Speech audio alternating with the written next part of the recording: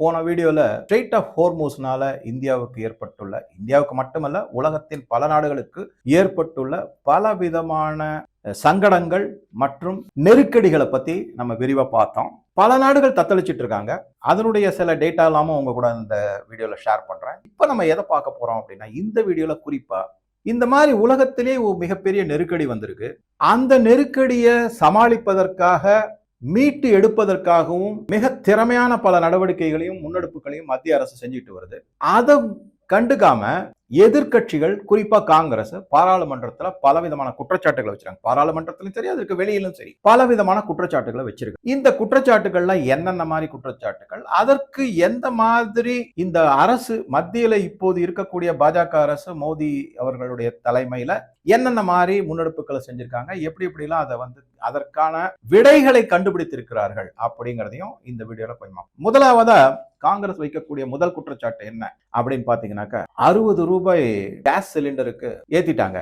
அதே மாதிரி குடும்பங்கள் உபயோகப்படுத்துறதுக்கு, அதே மாதிரி கமர்ஷியல் என்டர்பிரைசஸ்க்கு 115 ரூபாய் ஏத்திட்டாங்க. இது மிகப்பெரிய சுமை அப்படி இப்படின்னு நிறைய சொல்லியிருக்காங்க. இதற்கு பல செய்திகளை நான் படிச்சு அதுலேருந்து இதற்கு ஒரு சரியான பதிலா என்ன இருக்குங்கிறத ஒரு 2-3 பாயிண்ட்டை நான் முதல் பாயிண்ட்டை நான் எதை எடுத்துக்கிறேன் அப்படின்னா, உலக சந்தையில கச்சா எண்ணெயினுடைய விலையும் சரி, அதை தவிர, ஏன்னா கச்சா எண்ணெயிலிருந்து பெட்ரோல்ல இருந்து தான் உங்களுக்கு எல்பிஜி, அதை தான் கேஸை லிக்விஃபை பண்ணி எல்பிஜி அப்படின்னு கொடுக்குறாங்க. கச்சா எண்ணெய் விலை அதிகரிச்சிருக்கு. அதை தவிர கேஸினுடைய பிரைஸுமே அதிகரிச்சிருக்கு. அந்த விலையும் ஏற்றமடைது. இது ஒரு பாயிண்ட். அப்ப என்ன ஆகும் அப்படின்னு பார்க்கும்போது, அதற்கு ஏத்த மாதிரி நம்ம தயார்படுத்திக்கணும். நம்பர் 1. இல்லைன்னா என்ன ஆகும் அப்படின்னா, தகுடுதத்தம் செய்து சப்சிடரின்னு சொல்லி லோன் வாங்கப்பட்ட ஆயில் பாண்ட் மாதிரி அதே கதை தொடரும் அப்படிங்கிறது. அதனாலதான் இந்த 60 ரூபாய் அப்படிங்கிறது, நான் போன வீடியோல கூட சொன்னேன், 60 ரூபாய் ஒரு மாசத்துக்கு அப்படின்னும் போது 2 ரூபாய் ஒரு நாளைக்கு.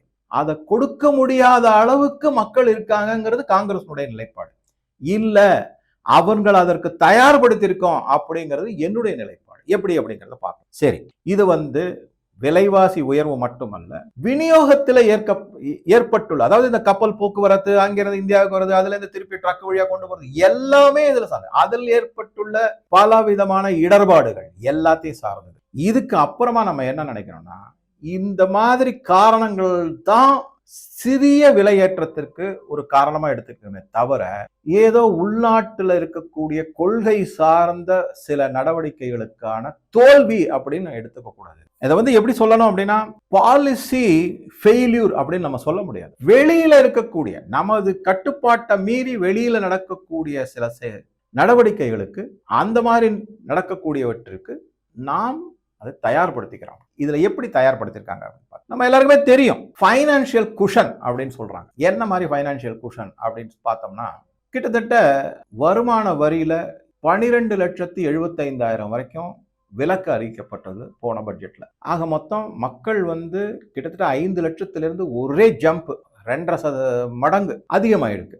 ஸோ அப்போ ஃபைனான்சியலி, நிதி நிலைமைப்படி பார்த்தீங்கன்னா, மக்கள் அப்படி ஒன்றும் கஷ்டப்படுற நிலைமையில கிடையாது. இப்ப உடனே அடுத்த கேள்வி வேணும், சார் எல்லாருமே 12 லட்சம் சம்பாதிக்கிறாங்களா? அப்படி சொல்ல வரலாம். அதுக்காகத்தான் இன்னொரு விஷயத்தை என்ன சொல்றேன்னா, நீங்க இந்த இன்ஃபிளேஷன் சொல்லக்கூடிய விலைவாசி உயர்வு அதன்னு சொல்றோம் இல்லையா, அது வெகுவாக கட்டுப்பாட்டுக்குள்ள இருக்கு. 1.5%, 2% தான் விலைவாசி உயர்வு நல்ல கட்டுக்குள்ள. 12%, 13% விலைவாசி உயர்வெல்லாம் இருந்தது காங்கிரஸ் தலைமையிலான UPA 1 மற்றும் UPA 2 ஆட்சியின் போது. 12%, 13% போயிருக்கு விலைவாசி உயர்வு. இன்னைக்கு 1.5% 2% கட்டுப்பாட்டு. ஒரு விதத்துல நீங்க பாத்தீங்கன்னா, வருமான வரி விலக்கு.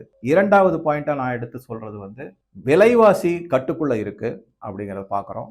இப்ப இந்த கேஸ் சிலிண்டர் அரசியலாக்கி அதை மிகப்பெரிய தாக்கத்தையும் கஷ்டத்தையும் மக்களுக்கு உண்டு பண்ணி, ரெஸ்டாரண்ட்ல எல்லாம் என்ன பண்றாங்கன்னா, 50 ரூபாய் இருந்த பொருட்கள் எல்லாம், உணவுப் பொருட்களை சடனா 20%, 30% ஏத்திட்டாங்க. 60 ரூபாய், அந்த மாதிரி 65 ரூபாய் அப்படின்னு விலை ஏத்திட்டாங்க.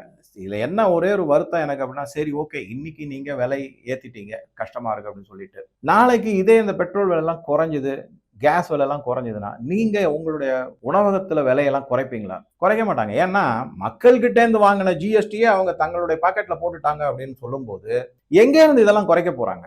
அதனாலதான் அது. ஸோ அதனாலதான் நான் சொல்றது திருப்பி, மக்கள் வந்து ஓரளவுக்கு நியாயம், தர்மம் இதையெல்லாம் நினைச்சு பார்க்கணும். சுய நலம் மட்டுமே முக்கியம். நான் மட்டும் சம்பாதிக்கணும், மக்கள் எக்கேடு கிட்ட போனா என்ன, விலைவாசி ஏறுனா என்ன, இறங்கினா என்ன, நான் சம்பாதிக்கணும் அப்படிங்கிற ஒரு முனைப்புல இருந்தா மக்கள் எக்கேடு கெட்டு போகட்டும் அப்படிங்கிற மனப்பான்மை இருந்ததுன்னா அதுக்கு அரசெல்லாம் ஒன்றும் செய்ய முடியாது. எந்த அரசு வந்தாலும் மக்களை மாற்ற முடியாது. அது அவங்களா மாறினாத்தான் உண்டு. ஆக மொத்தம் கன்சியூமர் பிரைஸ் இண்டெக்ஸ்னு சொல்லக்கூடிய விலைவாசி அது கட்டுக்குள்ள இருக்கு அப்படிங்கிறது பார்க்கணும். இதை தவிர இன்னும் ஒரு முக்கியமானது என்னன்னா, அதாவது இதை வந்து எப்படி சொல்றாங்கன்னா, நெக்ஸ்ட் ஜெனரேஷன் ரிஃபார்ம்ஸ் இன் ஜிஎஸ்டி அப்படிங்கிறாங்க. உலகத்துல எந்த நாடுமே இந்த மாதிரி வந்து இந்த குட்ஸ் அண்ட் சர்வீசஸ் டாக்ஸ் ஜிஎஸ்டியில மிகப்பெரிய ஒரு இதை கொண்டு வரவே இல்லை, ரிஃபார்ம்ஸ் கொண்டு வரவே இல்லை. அதுலயும் பல விதமான நன்மைகளை தான் இந்த மத்திய அரசு செஞ்சிருக்கு. ஆக மொத்தம் இதெல்லாம் பார்க்கும்போது ஓவராலா ஒரு குடும்பம்னு எடுத்துக்கிட்டோம்னா அவங்களுக்கு பல விதத்துல நிதியினுடைய ஆதார அடிப்படை ஒரு சக்தியை கொடுத்துருக்காங்க. அதை வந்து ஒரு குஷன் மாதிரி. ஆக மொத்தம் என்ன அப்படின்னா, ஏதாவது ஒரு எதிர்பாராத ஒரு ஷாக் மாதிரி ஒண்ணு வந்துச்சுன்னா அதை தாங்கிக் கொள்ளக்கூடிய சக்தியாக இந்த அரசு முன்னாலே இதெல்லாம் செஞ்சிருக்காங்க அப்படிங்கிறது தான் என்னுடைய பார்வையா இருக்கு. இதை நம்ம வந்து மறுக்க முடியாது. இதெல்லாம் நேரடியா நம்ம கண் முன்னாடி நடக்கக்கூடியதான். அதனால ஏற்கனவே இதுக்கெல்லாம் தயார் பண்ணிட்டு தான் இந்த மாதிரி ஏதாவது ஒரு பிரச்சனை வந்தா நம்ம இந்த கேஸ் விலை ஒரு 50 ரூபா 60 ரூபாய் ஏத்துறதோ, இல்ல வந்து கமர்ஷியல் இதை ஒரு 115 ரூபாய் ஏத்துறதோ, இல்ல உணவகங்கள் அந்த விலையை ஏத்துறதோ நமக்கு வந்து பைனான்சியல் ஒரு குஷன் கிடைக்கும் அப்படிங்கிறதுக்கு முன்னாடியே முன் யோஜனையுடன் செய்திருக்காங்க அப்படிங்கிறது என்னுடைய பார்வை. சரி, அடுத்ததை நம்ம எதை பார்க்கறோம் அப்படின்னா விநியோகம். இப்ப என்ன, பெட்ரோலா இருக்கட்டும், டீசலா இருக்கட்டும், எல்லாம் ஒரே கூட்டம். என்னதான் சொல்லி எவ்வளவோ மீம்ஸ் ஜோக்கு அடிக்கிற மாதிரி வந்து நிறைய வீடியோஸ் எல்லாம் பார்த்துட்டேன். ஒரு சிலர்லாம் பைத்தியக்காரத்தனமா போய் வாங்கிக்கிட்டு இருக்காங்க. வீட்டில் இருக்கிற கொக்கோ கோலா பாட்டில் எல்லாம் பெட்ரோல் ரொப்பி கொண்டு போயிட்டு இருக்காங்க. இருக்கட்டும் அப்படிங்கிறாங்க கேட்டாக்க. ஸோ இப்போ அதை வந்து எப்படி இந்த அரசு கையில் எடுத்து ஒரு மாதிரி சமாளிச்சிருக்காங்க அப்படின்னு நம்ம பார்த்தோம்னாக்க, எல்லா ரிஃபைனரிஸும் அரசு சார்ந்த ரிஃபைனரிஸ் மட்டும் அல்லாம பிரைவேட் செக்டர் ரிஃபைனரிஸ், பிரைவேட் செக்டர்ல ரிலையன்ஸ் தான் லீடிங். அதை தவிர நயாரா எனர்ஜி இருக்கு, அவங்களையும் நம்ம எடுத்துக்கலாம். அதை தவிர அரசு சார்ந்த நிறுவனங்கள்ல ஐஓசி இருக்கு, ஹெச்பிசிஎல் இருக்கு, பிபிசிஎல், இவங்க எல்லாமே என்ன இந்த ரிஃபைனரிஸ்க்குலாம் என்ன சொல்லிட்டாங்கன்னா, இந்த புரோப்பேன் மற்றும் பியூட்டேன், புரோப்பேன் இதெல்லாமே ஹைட்ரோ கார்பன் அப்படிங்கிற ஆர்கானிக் கெமிஸ்ட்ரியில ஹைட்ரோ கார்பன் ஒரு தனி இது இருக்கு. அது ஒரு பெரிய லைப்ரரியே வச்சுக்கலாம், அவ்வளவு இருக்கு ஹைட்ரோ கார்பன்ஸ். அதுல வரக்கூடியது இந்த புரோப்பேன் மற்றும் மீத்தேன் ஃபர்ஸ்ட், அதுக்கு அடுத்தது வரக்கூடியது வந்து ஈத்தேன், அதுக்கு அடுத்தது புரோப்பேன், அதுக்கு அடுத்தது பியூட்டேன்.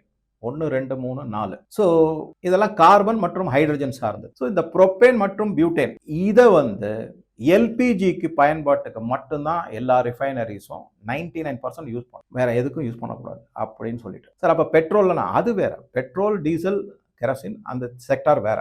நான் சொல்றது இந்த புரோப்பேன் மற்றும் பியூட்டேன், இந்த ஹைட்ரோ கார்பன், 2 ஹைட்ரோ கார்பனையும் நம்ம எல்பிஜிக்கு 2 விதமான எல்பிஜி, ஒன்று வந்து வீட்டு உபயோகத்துக்கு சமையல் எரிவாயு, இன்னொன்று வந்து ஆட்டோ எல்பி. அதையும் நான் போன வீடியோல சொன்னேன், தயவு செஞ்சு அதை கொஞ்சம் கேர்ஃபுல்லா இருங்க. ஸோ இதற்கு 99% இந்த எல்பிஜி ப்ரொடியூஸ் பண்றதுக்கு தான், அதை உற்பத்தி செய்வதற்கு உபயோகிக்கணும்னு எல்லா ரிஃபைனரிஸுக்கும் கவர்மெண்ட் ஆர்டர் போட்டாங்க. அப்போ வந்து சப்ளை செயின் மேனேஜ்மெண்ட் ப்ராப்பரா இருக்கு அப்படிங்கிறத நம்ம பார்க்கறோம். அதுக்கு அடுத்ததான் என்ன சொல்றாங்க அப்படின்னாக்க, எசென்ஷியல் கமாடிட்டி ஆக்ட் அப்படிங்கிறத ஒன்று கொண்டு வந்துட்டாங்க ஈஸி. இதன்படி என்ன ஆகும் அப்படின்னா, நீங்க வந்து வேற எந்த தட்டுக்கிட்டு சால்ஜாப்போ இல்லை இதுவோ சமாதானமோ செய்யவே முடியாது, சமரசமோ செய்ய முடியாது. இந்த எசென்ஷியல் கமாடிட்டி அப்படின்னா எல்பிஜி வந்து எசென்ஷியல் கமாடிட்டியில வந்துடும். அதை வந்து நீங்க எந்த விதத்திலையும் தகுடுதத்தமே செய்யாம உற்பத்தி செய்து நுகர்வோர்களுக்கு கொடுக்க வேண்டும். அதனால எமர்ஜென்சி பேசிஸ்ல இந்த எசென்ஷியல் கமாடிட்டி ஆக்டை கொண்டு வந்து எல்பிஜி அதுல நுழைச்சிட்டாங்க. அது ஏற்கனவே இருக்கு, அந்த ஆக்ட் ஆல்ரெடி இருக்கு, அதுல எல்பிஜி இப்ப சேர்க்கப்பட்டுள்ளது. அதனால அது ஒரு எசென்ஷியல் கமாடிட்டி ஆகிவிடும். சரி, இதுக்கு அடுத்ததா என்ன பார்க்கறோம் அப்படின்னா, இந்திய பொருளாதாரம் இந்த எண்ணெய் சார்ந்த பொருளாதாரத்துல எந்த அளவுக்கு சார்பு நிலை கொண்டதா இருக்கு அப்படின்னு பார்க்கும்போது, எண்ணெய் கச்சா எண்ணெய் அதை மட்டும் நம்ம எடுத்துக்கிட்டோம்னா 4.8% தான் இந்தியாவினுடைய ஜிடிபியில எண்ணெய்க்கான பொருளாதாரமா இருக்கு. அதே மாதிரி இந்த கேஸ் மற்றும் எல்லாத்தையும் ஒட்டுமொத்தமாக சேர்த்தோம்னா 7.5% இந்தியாவினுடைய ஜிடிபி கிராஸ் டொமஸ்டிக் ப்ராடக்ட், அதுல அதற்கு குறைவாகத்தான் இருக்கு அப்படின்னு ஒரு புள்ளி வரத்தை நான் படிச்சேன். சரி, இதன் மூலமா என்ன அப்படின்னா, நம்மளுடைய ஜிடிபியில இப்ப சப்போசிங் ஒரு உதாரணத்துக்கு சொல்லணும்னா 100 ரூபாய் நம்மளுடைய ஜிடிபினா 7.5% தான் அதுல எண்ணெய் சார்ந்த பொருளாதாரம். அப்ப 92.5% பொருளாதாரம் நமக்கு வேற இடத்துல இருந்து இருக்கு, வேற எதுக்கு பயன்படுது, உபயோகப்படுது அப்படிங்கிறத பார்க்குறோம். ஸோ ரொம்ப ரொம்ப குறைவான இந்தியாவின் பொருளாதாரத்துல ஒரு சின்ன போர்ஷன் தான் இந்த எண்ணெய் சார்ந்த பொருளாதாரம். ஆனா என்ன பிரச்சனை அப்படின்னா, ஒரு $10 ஏறிடுச்சுன்னா 0.5% இந்தியாவினுடைய ஜிடிபி அடிபடும் அப்படிங்கிறது பொருளாதார வல்லுநர்களுடைய. அப்ப என்ன பண்றாங்க, இது ஏறட்டும், அதாவது கச்சா எண்ணெய் உலக சந்தையில விலை ஏறினாலும் அதை இந்தியா எப்படி சமாளிக்கிறாங்க, அதை மீறி எப்படி தன்னுடைய பொருளாதாரத்தை நிலைநாட்டுகிறார்கள், வலிமையானதாக வாக்குகிறார்கள் அப்படிங்கிறதையும் பல பேர் சொல்லியிருக்காங்க. அதையும் நம்ம பார்க்கலாம். சரி, இப்ப அந்த மாதிரி பார்க்கும்போது இதே கம்பேரிசன், இப்ப இது எதனால கம்பேரிசன் பண்றோம்னா, திருப்பி நான் சொல்றேன், ₹60 வீட்டு சமையல் எரிவாயு மேல ஏத்திட்டீங்க, ₹115 கமர்ஷியல் மேல. இதுதான் முதல் குற்றச்சாட்டாக ராகுல் காந்தி பாராளுமன்றத்துல இப்ப இருக்கிற பாஜக அரசை பார்த்து வைக்கப்பட்டது. அதற்கு தான் இவ்வளவு விளக்கங்களும் வந்து. சரி, இப்ப இதுல முக்கியமா என்னன்னா, இதே காங்கிரஸ் ஆட்சியில இருந்த போது இந்த 7.5% அதெல்லாம் கிட்டத்தட்ட 15%, 18% இருந்து higher double digit part of GDP அப்படின்னு பொருளாதார வல்லுநர்கள்லாம் எழுதியிருக்காங்க, ஆராய்ச்சிகள்லாம் முடிவு தெரிவிச்சிருக்காங்க. இதை தவிர இன்னொரு முக்கியமான விஷயமாவும் சொல்லுது. உடனே சொல்லலாம், சார் நம்ம அந்நிய செலாவணி பத்தி, ஏன்னா கச்சா எண்ணெய் விலை ஏறுது, ரூபாயின் மதிப்பு வீழ்ச்சி அடைகிறது, அப்ப நம்மளுடைய அந்நிய செலாவணி அதிகமா செலவாகுமே, அதை எப்படி சமாளிக்கிறது அப்படின்றதுக்கு ஒரு சின்ன கம்பேரிசன் கொடுத்திருக்காங்க. காங்கிரஸ் ஆட்சியின் போது வெளிநாடுகளில் வாழும் இந்தியர்கள் இந்தியாவிற்கு அனுப்பக்கூடிய பணம் அப்படிங்கிறது அது அந்நிய செலாவணியில வருது. அதுக்கப்புறம் இங்க இந்தியா ரூபால மாத்தி அந்த குடும்பங்கள் எடுத்துக்கும். $70 பில்லியன் ஆக இருந்தது. இன்னைக்கு அது எப்படி இருக்கு அப்படின்னா $125 பில்லியன் ரெமிட்டன்சஸ் இருக்கு அப்படிங்கிற ஒரு செய்தியை நான் படிச்சேன். அப்ப என்ன ஆகுது, கிட்டத்தட்ட $55 பில்லியன் அதிகமான அந்நிய செலாவணி வெளிநாடு வாழ் இந்தியர்கள் மூலமாக இந்தியாவிற்கு வருவதனால அங்க நமக்கு ஒரு குஷன் கிடைக்குது. அந்நிய செலாவணி கையிருப்பு அதிகமாகிட்டு இருக்கு. கிட்டத்தட்ட 750 கோடி 800 கோடி டாலர் நம்ம கிட்ட இருக்கு, பில்லியன் அந்த அளவுக்கு இருக்கு நம்ம கிட்ட, 800 கோடி டாலர் நம்ம கிட்ட. இத இன்னொரு விதமா எப்படி சொல்லலாம் அப்படின்னா, 5 வருடத்திற்கு தேவையான எண்ணெயை இப்ப இருக்கிற நம்ம கிட்ட இருக்கிற அந்நிய செலாவணி கையிருப்பை வச்சு 5 வருடத்திற்கு நம்ம கவலை இல்லாம வாங்கிக்கிட்டு இருக்க முடியும். இதைத்தான் இன்னொரு கம்பேரிசன்ல எப்படி சொல்றாங்க அப்படின்னா, இதே காங்கிரஸ் ஆட்சியில 1991 இருந்த போது வெறும் 3 வாரத்திற்கான அந்நிய செலாவணி தான் நம்ம கையில இருக்கு. 3 வாரத்துக்கு தான் நீங்க எண்ணெய் பொருளோ வேற எந்த பொருளோ இறக்குமதி செய்ய முடியும். இன்னைக்கு எப்படி சொல்றாங்கன்னா, 5 வருடங்கள் நீங்க இறக்குமதி செய்வதற்கு தேவையான அந்நிய செலாவணி கையில இருக்கு அப்படிங்கிறது முக்கியமான செய்தி. சரி, இதுக்கப்புறம் இரண்டாவது குற்றச்சாட்டா எதை வைக்கிறாங்க அப்படின்னா, இந்த எல்பிஜி சிலிண்டர் புக்கிங் தடைபட்டு விட்டது. அதை பத்தி போன வீடியோல ஃபுல் டீடைல் சொல்லிட்டேன். பல பேர் அந்த வாய்ஸ் எல்லாம் கூட நீங்க கேட்டிருப்பீங்க. ஏஜென்சி எல்லாமே சொல்றாங்க அப்படிலாம் எதுவுமே கிடையாது. ஆனா காங்கிரஸ் தலைவர் ராகுல் காந்தி பாராளுமன்றத்துல மிக கடுமையாக சாடினார், குற்றச்சாட்டு வச்சார். எல்பிஜி புக்கிங்கே நடக்க மாட்டேங்குது, 25 நாட்கள் மக்கள் காத்திருக்க வேண்டியதா இருக்கு. அந்த 25 நாட்கள் அவங்க சாப்பாடு இல்லாம கஷ்டப்படுவாங்க. ஐயா, எல்லாருக்கும் 2 சிலிண்டர். இன்னைக்கு 2 சிலிண்டர் இல்லாத குடும்பங்கள் ரொம்ப அரிது. அப்ப 2 சிலிண்டர்ல ஒரு சிலிண்டர் நீங்க உபயோகத்துல இருக்கும்போது ஒண்ணு காலி ஆயிடுச்சுன்னா அதை புக் பண்ணீங்கன்னா 21 நாள்ல வந்துடும், 25 நாள்ல வரும். அது வந்ததுக்கு அப்புறம் அடுத்தது புக் பண்ணணும்னா 25 நாள் காத்திருக்கணும், அவ்வளவுதான். சரி, இதுல மிக மிக முக்கியமான ஒரு உண்மையை இந்த காங்கிரஸ் அரசு எப்படி மறைக்கிறாங்க அப்படின்னா, சாதாரணமாகவே இப்ப நாம எல்லாருமே போய் ஒரு எல்பிஜி சிலிண்டரை புக் பண்றோம் அப்படின்னா அந்த புக்கிங் செய்து 21 நாட்களுக்குள்ள உங்களுக்கு சிலிண்டர் கிடைக்குங்கிறது ரூல் ஏற்கனவே இருக்கு. அந்த 21 நாட்களை தான் இப்ப இருக்கிற பாஜக அரசு 25 நாட்களாக ஆக்கியுள்ளது. நீங்க வேணா கூகுள்ல போய் தேடி பாருங்க. நமக்கு இப்ப சொல்லலாம், சார் நான் இன்னைக்கு புக் பண்றேன் உடனே அடுத்த நாளே வந்துடுது. அது எதனாலனா தங்கு தடையின்றி விநியோகம், அவங்க கிட்ட சப்ளை அதிகமா இருக்கு, அதனால உடனே கிடைச்சிருது. ஆனா நார்மல் ரூல் என்ன அப்படின்னு பாத்தீங்கன்னா, நீங்க புக் பண்ணீங்கன்னா மினிமம் 21 நாள் வரைக்கும் அவங்களால கொடுக்க முடியும் அப்படிங்கிறது தான். அதுக்கு முன்னாடி நீங்க கிடைச்சிருந்தா அது அப்ப சிஸ்டம் நல்லா இருக்குன்னு அர்த்தம். அந்த மாதிரி இருந்தது. 15 நாள் ஆகும், 16 நாள் ஆகும், 20 நாள் ஆகும், அந்த மாதிரிலாம் இருந்தது. இப்ப அப்படி இல்லை, அப்பரிமிதமான சப்ளை. அப்படி இருக்கும்போது ஆட்டோமேட்டிக்கா கிடைச்சிருது. ஆனா நம்ம என்ன பழக்கப்பட்டுட்டோம், ஒரே நாள்ல நமக்கு கிடைச்சு பழக்கப்பட்டதுனால இந்த 21 நாள் ஒரு காலக்கெடு இருக்குங்கிறத நம்ம மறந்து போயிட்டோம். அதை வெறும் 4 நாள்கள் தான் உயர்த்திருக்காங்க அப்படிங்கிறதையும் நம்ம மறந்து போயிட்டோம். இதை வந்து ஊதி பெருசாக்கி மிகப்பெரிய ஒரு குற்றச்சாட்டு மாதிரி வச்சு 25 நாட்கள் அடுப்பே எரியாது, சமையலே கிடையாது, உணவே கிடையாது, எல்லாம் பட்னி இருக்க போறாங்கிற மாதிரி பரப்புரையை செஞ்சு மக்களை பீதியில கிளப்பி விட்டுட்டாங்க. இதுதான் சரி. இந்த 21 நாட்களை கடுமையாக ஏன் கொண்டு வந்தாங்க, அதை 25 நாட்களாக ஏன் மாற்றினாங்க? பல பேர் வந்து பிளாக் மார்க்கெட் பண்றாங்க. பல பேர் என்ன பண்றாங்கன்னா சிலிண்டரை வந்து பதுக்குறாங்க, அடுத்தவர்களுக்கு கிடைக்கக்கூடியதை பதுக்குறாங்க. இப்ப நான் போன வீடியோல கூட சொல்லியிருந்தேன், 1200 சிலிண்டர் ஒரு டிஎம்கே தன்னுடைய மாநாட்டில் பிரியாணி சமைப்பதற்காக. நல்லா யோசிச்சு பாருங்க, ஒரு 10 ஏஜென்சில இருந்து வாங்கியிருந்தாங்கன்னா ஒவ்வொருத்தர்கிட்ட இருந்து 100-120 சிலிண்டர் வாங்கியிருப்பாங்க. எந்த மாதிரி அழுத்தத்துல வாங்கினாங்க நல்லா யோசிச்சு பாருங்க, எப்படிப்பட்ட ஒரு அழுத்தத்துல வாங்கினாங்க, ஆச்சரியமா இருக்கு எனக்கு. அப்பனா எந்த அளவுக்கு அரசியல் செல்வாக்க பயன்படுத்தி இந்த மாதிரி சிலிண்டர் வாங்கியிருக்காங்க அப்படின்னு யோசிச்சு பார்க்கணும். அதே மாதிரிதான் இந்த ஹோட்டல்லாம் வந்து விலையெல்லாம் கண்ணாப்புனான்னு ஏத்திட்டாங்க. சமீபத்தில் நான் ஒரு பில்லு பார்த்தேன். இது வந்து என்னுடைய நண்பர் தான் எனக்கு அனுப்பியிருந்தாரு வாட்ஸ்அப்ல. அதை பார்த்தா எனக்கு என்னன்னா, இப்போ ஒன்றும் இல்லை, இட்லி, அதுக்கப்புறம் காஃபி, அதுக்கு கீழே வந்து கேஸ் அப்படின்னு போட்டு ஒரு 9 ரூபாய் சார்ஜ் பண்ணியிருக்காங்க. எனக்கு ஆச்சரியமா இருந்தது. இது ஆக்சுவலா ரூல் படி தவறு, இது பனிஷபிள். ஏன்னா நீங்க வந்து பெட்ரோலோ டீசலோ கேஸோ விற்கணும்னா இந்தியன் எக்ஸ்ப்ளோசிவ் ஆக்ட்னு ஒண்ணு இருக்கு, அதற்கு கீழே உட்பட்டது இதெல்லாமே.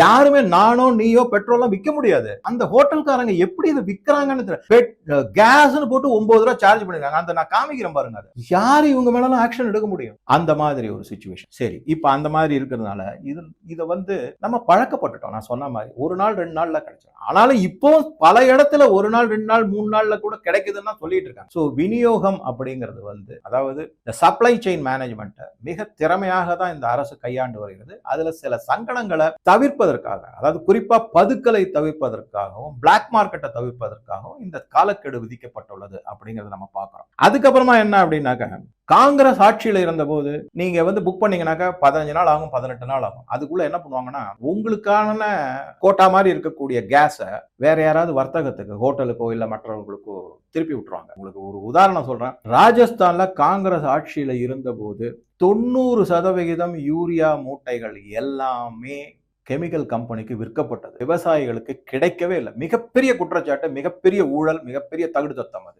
இங்க தமிழ்நாட்டிலே அது நடந்தது அப்படின்னு சொல்றாங்க. அது எந்த அளவுக்குங்கிறது எனக்கு தகவல் இல்லை. ஆனா ராஜஸ்தான்ல இது நடந்தது மிகப்பெரிய ஊழல். 90% மூட்டைய தூக்கி, உர மூட்டைகள் எல்லாம் தூக்கி யூரியாவை குறிப்பா மற்ற கெமிக்கல் கம்பெனிஸுக்கு வித்துட்டாங்க. அவங்க அதை வந்து வேற மாதிரி ப்ராடக்ட் எல்லாம் செஞ்சு இது பண்ணிட்டாங்க. உர தட்டுப்பாடு மிகப்பெரிய. நீங்க எப்ப போய் கேட்டாலும் வந்து இன்னும் லாரி வரலங்க, உரம் ஒன்னும் வரலங்க, மத்திய அரசுல இருந்து வரலங்க அப்படின்னு, இல்ல ஃபெர்டிலைசர் கம்பெனில இருந்து அப்படின்னு சொல்லுவாங்க. கோடவுன்ல பாத்தீங்கன்னா மூட்டை மூட்டையா அடிக்கிறது. அதெல்லாம் போட்டோலாம் எடுத்து, வீடியோலாம் எடுத்து அப்ப பெரிய பரபரப்பா பேசப்பட்டது காங்கிரஸ் ராஜஸ்தான்ல ஆட்சியில இருந்த போது. இப்ப அதே மாதிரி இந்த மாதிரி பண்ணிருக்காங்க, டைவர்ஷன் பண்ணிருக்காங்க, டிலே பண்ணுவாங்க.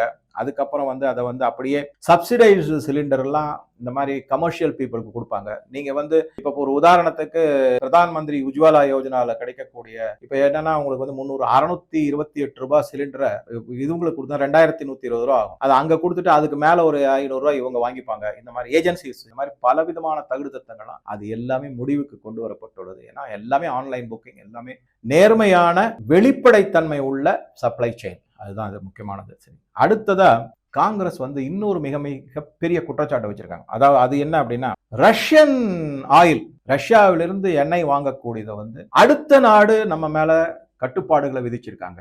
அந்த கட்டுப்பாடுகளுக்கு தளர்த்தி இப்ப வந்து நம்மள அனுமதி கொடுத்திருக்காங்க. இது நாட்டினுடைய இறையாண்மையை பாதிக்கும். இந்தியா வந்து மோடி, அதுவும் குறிப்பா ட்ரம்ப் கிட்ட சரணடைஞ்சிட்டாரு. அதான் பல தரம் சொல்லியிருக்காங்களா, நரேந்தர் சரண்டர், அதை திருப்பி அவர் சொல்லிக்கிட்டே இருக்காரு. இதை பத்தின புரிதல் எப்படி வரணும் அப்படின்னா, ட்ரம்ப் வந்து இன்னைக்கு நேற்றுக்கு வந்து எண்ணெய் வாங்கக்கூடாதுன்னு வாங்கணும்னு சொல்லவே கிடையாது. ஃபர்ஸ்ட் பாயிண்ட், அவர் கிட்டத்தட்ட 8-9 மாசமா சொல்லிக்கிட்டு இருக்காரு. இந்தியா மட்டுமல்ல, ஐரோப்பாவையுமே ரஷ்யாவிலிருந்து எண்ணெய் வாங்கக்கூடாதுன்னு. ஐரோப்பாவும் பைத்தியகாரத்தனமா யுக்ரைன் வார மனசுல வச்சுக்கிட்டு அவங்க ஏதோ அவங்களுக்கு உதவி செய்யற மாதிரி ரஷ்யால இருந்து எண்ணெய் வாங்காம இருந்தது. கடைசியில அவஸ்தப்பட்டது ஐரோப்பா தான். நம்ம என்ன பண்ணோம் அப்படின்னா, அதை மீறி ரஷ்யா மட்டும் இல்லை, ஈரான் கிட்ட வாங்கினோம், ரஷ்யா கிட்ட வாங்கியிருக்கோம், வெனிசுவேலால இருந்து வாங்கியிருக்கோம். ரஷ்யா கிட்ட வாங்கின எண்ணெயை சுத்திகரிச்சு ரிலையன்ஸ் மற்றும் நயாரா எனர்ஜி மூலமா சுத்திகரிப்பு செய்யப்பட்டு அதை யூரோப்புக்கு அதிக விலையில நம்ம வித்திருக்கோம். எந்த ரஷ்யால இருந்து எண்ணெய் வாங்கக்கூடாதுன்னு ஐரோப்பாவே நமக்கு தடை விதித்ததோ அதே ஐரோப்பா இன்னைக்கு என்ன சொல்றாங்கன்னா, இல்ல யுக்ரைன் போர்னால நம்ம ரொம்ப பாதிப்பு அடைஞ்சிட்டோம், ரஷ்ய எண்ணெயை மீண்டும் வாங்கணும்னு. நார்ட் ஸ்ட்ரீம் அப்படின்னு ஒரு இது இருக்கு, அதாவது இந்த கேஸ் பைப்லைன், எண்ணெய் பைப்லைன், அது வந்து இதுல இருந்து யுக்ரைன்ல இருந்து ஜெர்மனிக்கு போகக்கூடிய, ஐரோப்பா மூலமா ஜெர்மனிக்கு போகும். அது அடிச்சு உடைச்சது நீங்க கெஸ் பண்ணி சொல்லுங்க. 2 பேர் மேல உறுதியான சந்தேகம் இருக்கு.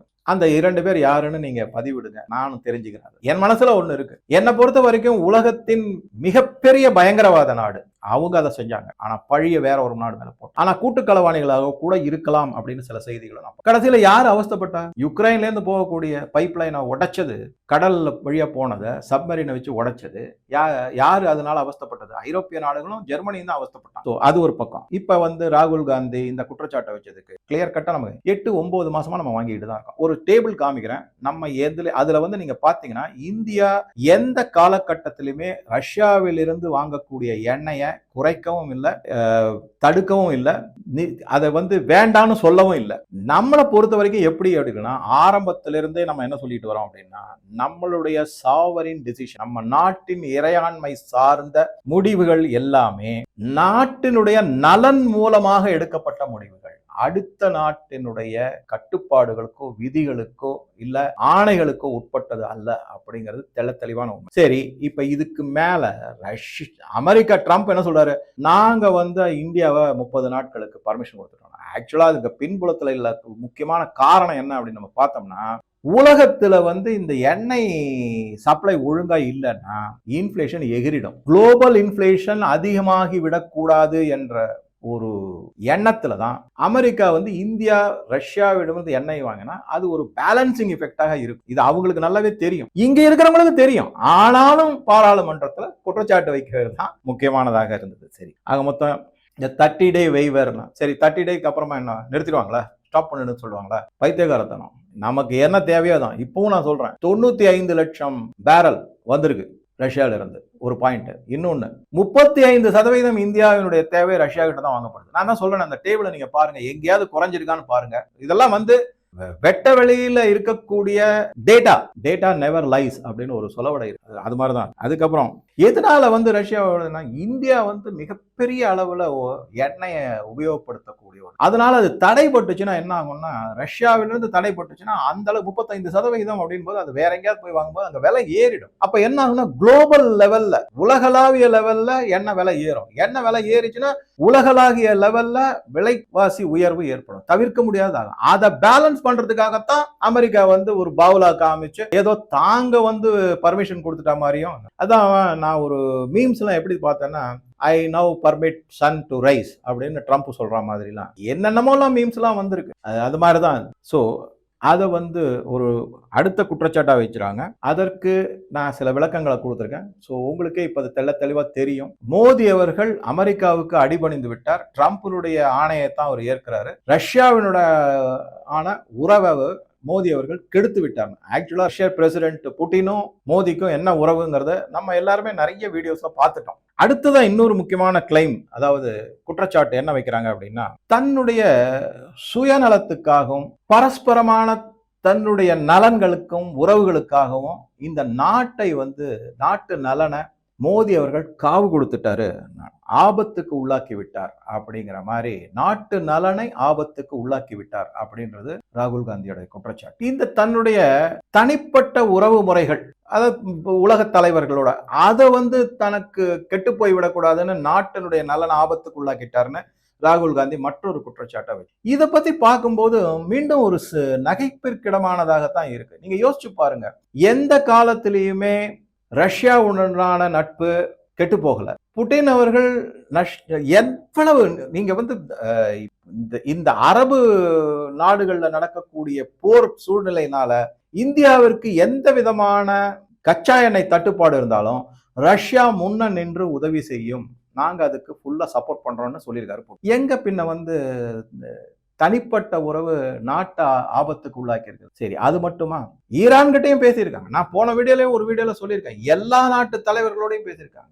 UAE முகமது பின் ஜயத் அவரோட பேசியிருக்காங்க. சவுதி அரேபியா முகமது பின் சல்மான் அவங்க கூட பேசியிருக்காங்க. கட்டார் தலைவரோட பேசியிருக்காங்க. எல்லாரோடையும் பேசியிருக்காங்க. ஆக மொத்தம் உறவு பலப்படுத்தப்பட்டுள்ளது, ஆபத்துக்கு உள்ளாக்கப்படவில்லை அப்படிங்கிறது தெரியும். சரி, இதுல இன்னொரு ரஷ்யா இன்னை தேதிக்கு ரஷ்யா தான் மிக அதிக அளவுல கச்சா எண்ணெய் இந்தியாவுக்கு தர. யுக்ரைன் ரஷ்யா போரும் போதே நம்ம மிக அதிக அளவுல வாங்கணும். இப்ப அரபு நாடுகளுக்கும் ரஷ்யாவுக்கும் இல்ல இந்தியாவுக்கோ அதுல எந்த விதமான பங்கீடும் கிடையாது, ஈடுபாடும் கிடையாது. அப்ப ரஷ்யா கிட்ட இருந்து இந்தியா எண்ணெய் வாங்குறதுக்கு எந்த விதமான பிரச்சனையும் இருக்கப்போதா தெரியல எனக்கு. சரி, இதுக்கு அடுத்ததா என்ன சார்? அப்ப ரஷ்யால இருந்து பந்தர் அப்பாஸ் வழியா ஸ்ட்ரெயிட் ஆஃப் ஹோர்மூஸ் வழியா வருமா? தேவையில்லை.